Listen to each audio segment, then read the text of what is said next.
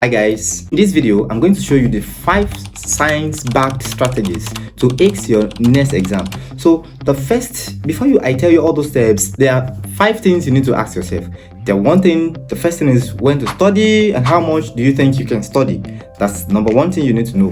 The number 2 thing is what to study and how to do it. What to study and how to do it. So the third thing is what kind of practice do you have to do? What kind of practice? How do you do it in such a way that your learning process will become so effective and you're not going to spend the whole time studying? The next question to ask yourself is make sure you really understand this concept. Like, how do you really understand this thing so that this thing become part of you? So the next thing is, how do you beat exam anxiety? One of those things that I've seen over the years with students is that they have this exam anxiety. How are they going to do this exam? Exam is fast approaching. How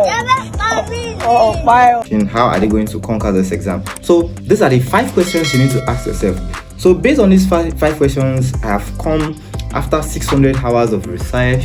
I have come down to 5 science-backed strategies to overcome your next exam. The first thing is spacing effect. I don't know, over the time you must have heard about spaced repetition, but students don't know how to do this thing very well. Spacing is just about, let me say, okay, you have a learning, you study in the morning. So the testing effect will help solidify the ideas or the concepts in your head. Oh my God! It will move it from the short-term memory to the long-term memory. The more you test, the more you do testing, the more you are able to recall what you have put in your head or in your brain. Okay, so the next thing is called the illusion of explanatory depth. How well can you explain this? How well do you understand this concept? So what I would recommend here is the Feynman techniques. You know how the Feynman techniques work? Look for a problem, read it, try as much as possible to explain it to someone as if you are explaining to a 5-year-old boy. Now try and go back to it.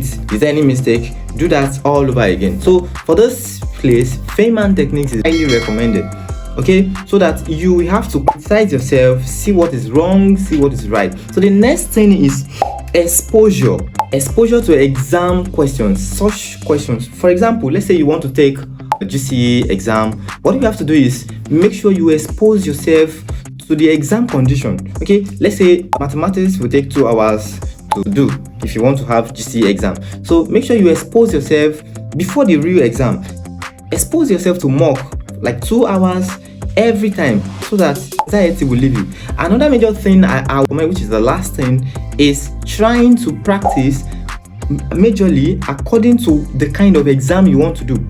For example, you want to take GCE, you can't just start practicing or studying for JAMB. No, you have to use materials, recommended books, recommended past questions for GCE, so that past questions are a very good tool to ace your exam. The 5 strategies I've discussed with you previously, backed by science. If you use them very well in your next exam, you're going to ace your exam without studying for the whole day. So make sure you practice all those 5 strategies, use them very well. Your next exam is going to be a walk away. Wow! Thank you for watching. Don't forget to subscribe so that you get this kind of video next time. I am Kakufast.